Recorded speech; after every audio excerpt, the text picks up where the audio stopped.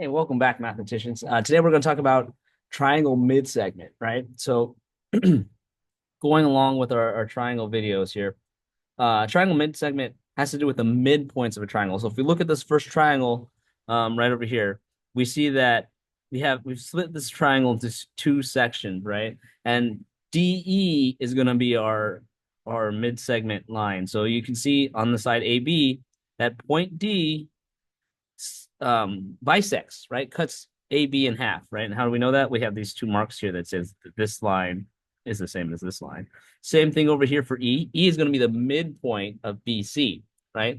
So that means our line DE, oops.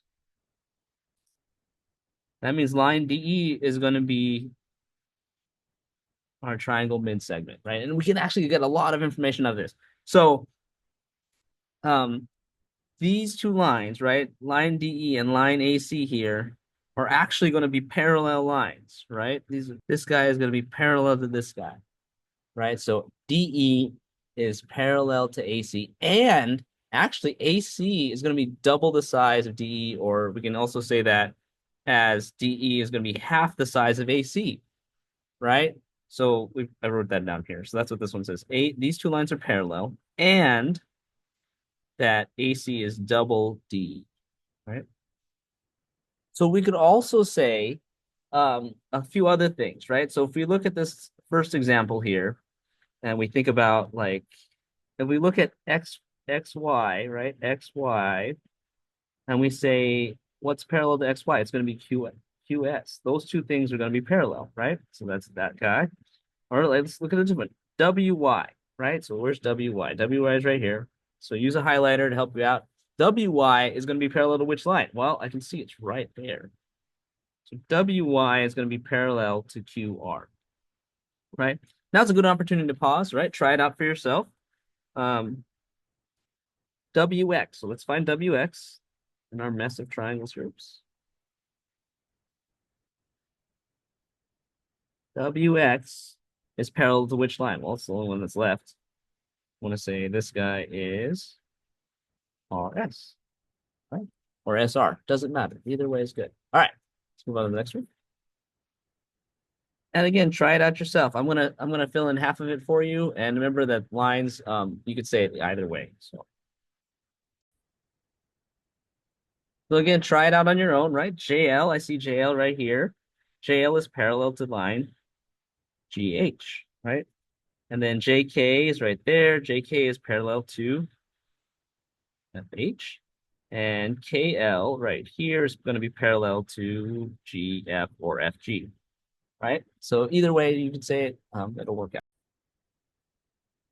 All right, so let's take a look at another example. I've labeled everything for you here, but we can use that idea, that equation from earlier, and see that how much these lines are worth, right? So let's start with LM, right? So LM is going to be right here. We're following along. LM is right there, right? I want to know how long LM is, right? So I'll look to the what is that a mid segment of, right? So I can look at PR right here. If I see those two guys, PR is 46, so this one must be 23, right? So try it again. Go ahead and I'll fill out the rest, but go ahead and highlight these guys as you go, and you'll see me do the same. So go ahead and pause, and I will fill these out.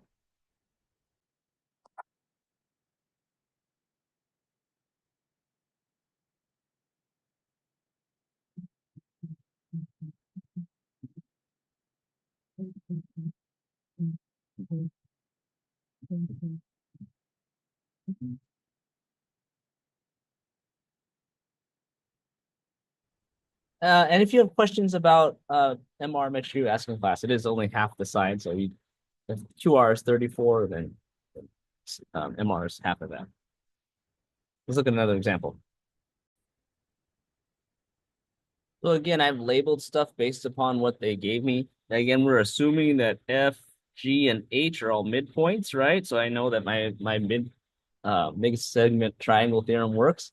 And what we'll do is I'll go ahead and pause it again, try it out for yourself, see how far you can get, and I'll go ahead and discuss the perimeter together, right?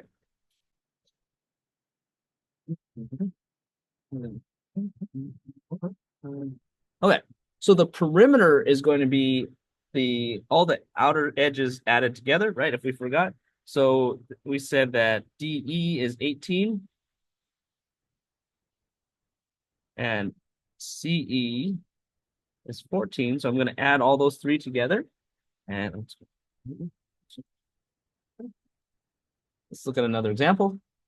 This time we get an equation, right? So, but we're going to apply the same idea. Just keep in mind that um, the theorem, right? So it's going to say that this smaller line is half of this bigger one, or we could say that this one is double this one, right? Either way, right? So again, it's more about understanding that the how these two things are related. Um, like a lot of people think fractions kind of get in the way of a lot of our thinking. So I'm going to double the smaller side, right? So again, I'm going to put 2 times my smaller side is equal to my bigger side, right? So it's really important. These things aren't equal.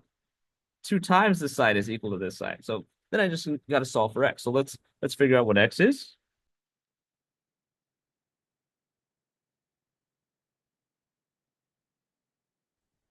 So I've noticed in a lot of people's work lately is that we're missing this step of dividing by -3. Make sure you show that. It is an important step, and we'll kind of haunt you later, right? When you're in your mathematical career and you're skipping steps. So try not to skip steps, and you'll be fine.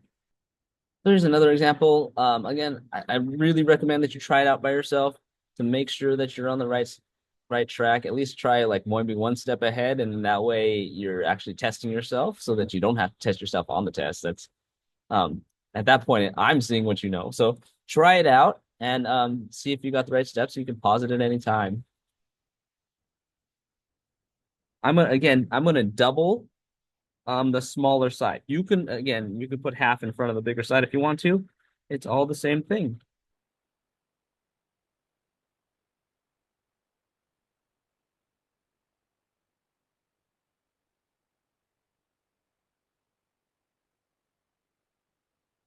So I got x is equal to 14. And again, check your work. I use a calculator. Don't be afraid to use a calculator when you need to.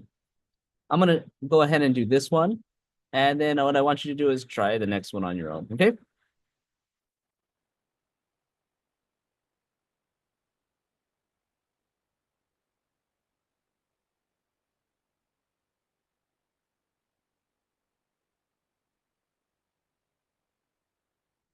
DE is equal to 37.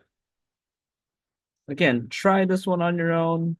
I'm going to be checking later on to make sure that you're actually doing it. I'm just playing the video, so we can double check it at class. I'm going to go ahead and use similar techniques as we did before, right? Finding those sides and trying it out, and then come back to. So we'll find out some of the sides here first, and then what we'll do is we'll solve for x, find that third side, and then we'll add it all together, find the perimeter. All right, let's do that. I'm going to say this is 42 right here. I have 42, then this one's going to be double that, so it's going to be 84 for this side, for JK. Then I'm going to look for 49 here, double that. It's going to be 98, right? Last, I don't have this other side, so let's go find this other side and see what we can do. This is, again, double my smaller side is going to be equal to my larger side and solve. So we'll solve it, come back.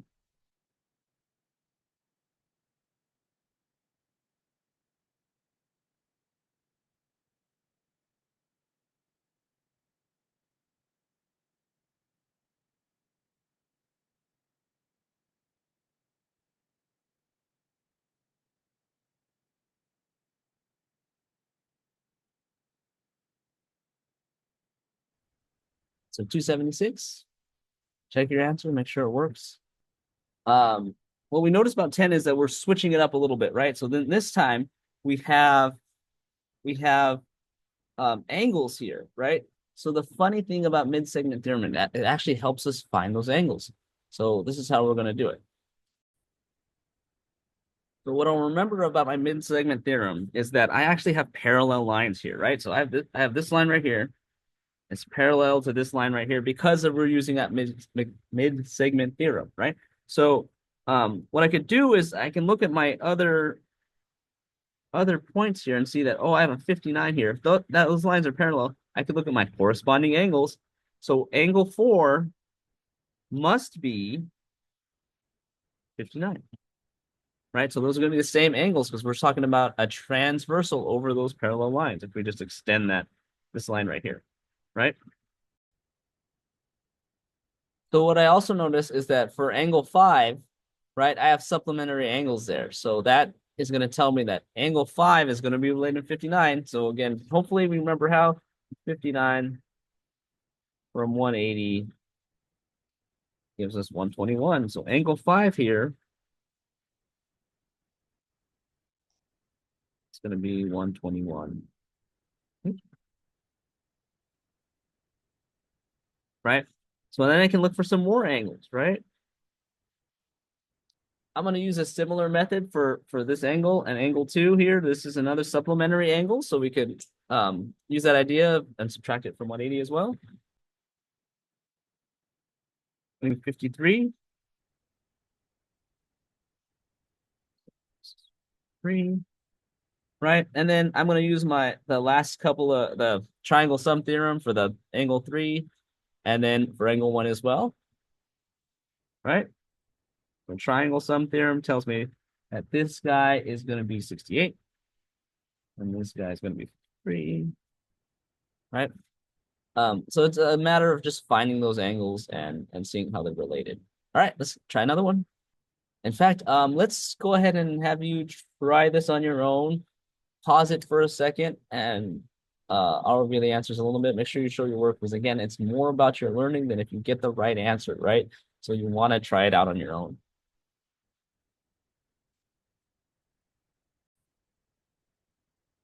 So then you can check your work again. Look for those supplementary angles for yourself, right? That'll help you out a ton. You got supplementary angles right there. You have corresponding angles. You have triangle sum theorem, right? And you can figure those guys out. All right. Again, if you have any questions, make sure you ask in class. Let's look at another example. So I have corresponding angles here. So I'm going to use because of the Midsegment theorem, I know these two are parallel, which means those are corresponding angles over a transversal, which is this guy. So I can say that 7x plus 4 is equal to 10x minus 11, right? And then I'm going to just solve, right? So try along with me.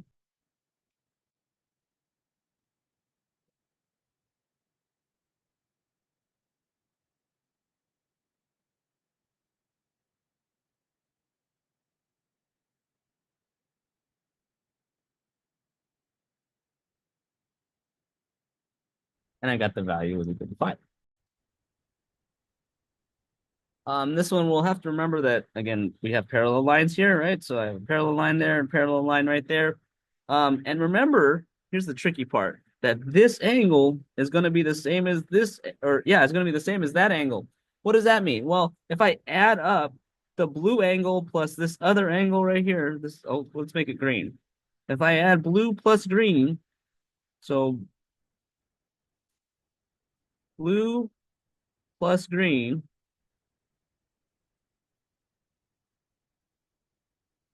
should give me 180 because again, this is supplementary angles right there, or linear pair, right? So let's add those two things together, right? So we'll add them together. Blue. So all I have to do is solve. So I'm gonna again try it on your own. I'm gonna solve it. Check your answer.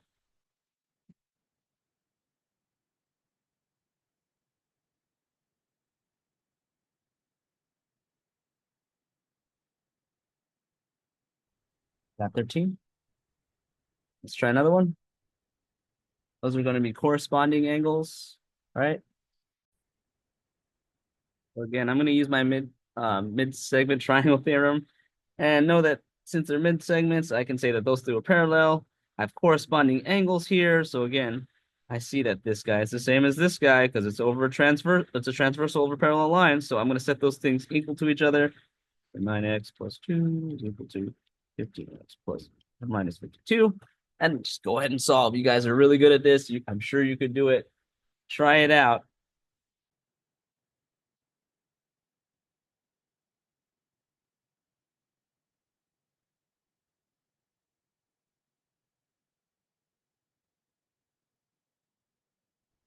And because we're paying attention, we notice that we are actually not only solving for x, but also trying to find out what CBF is, or that angle is. So I'm going to plug it back in.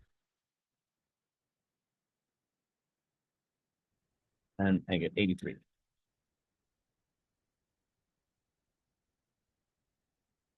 All right, let's try this one too.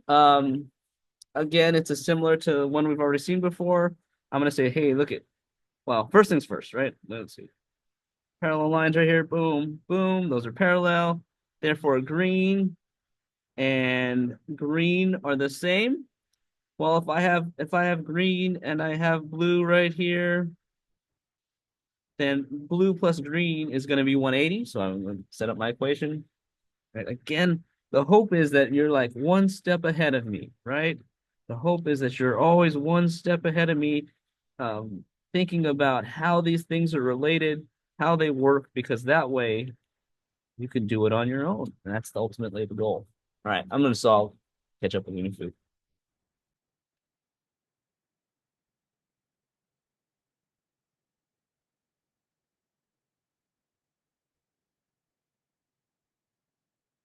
And again, I'm looking for the measure of RTV. So I'm going to plug it in. RTV, RTV. So I'm looking for that angle.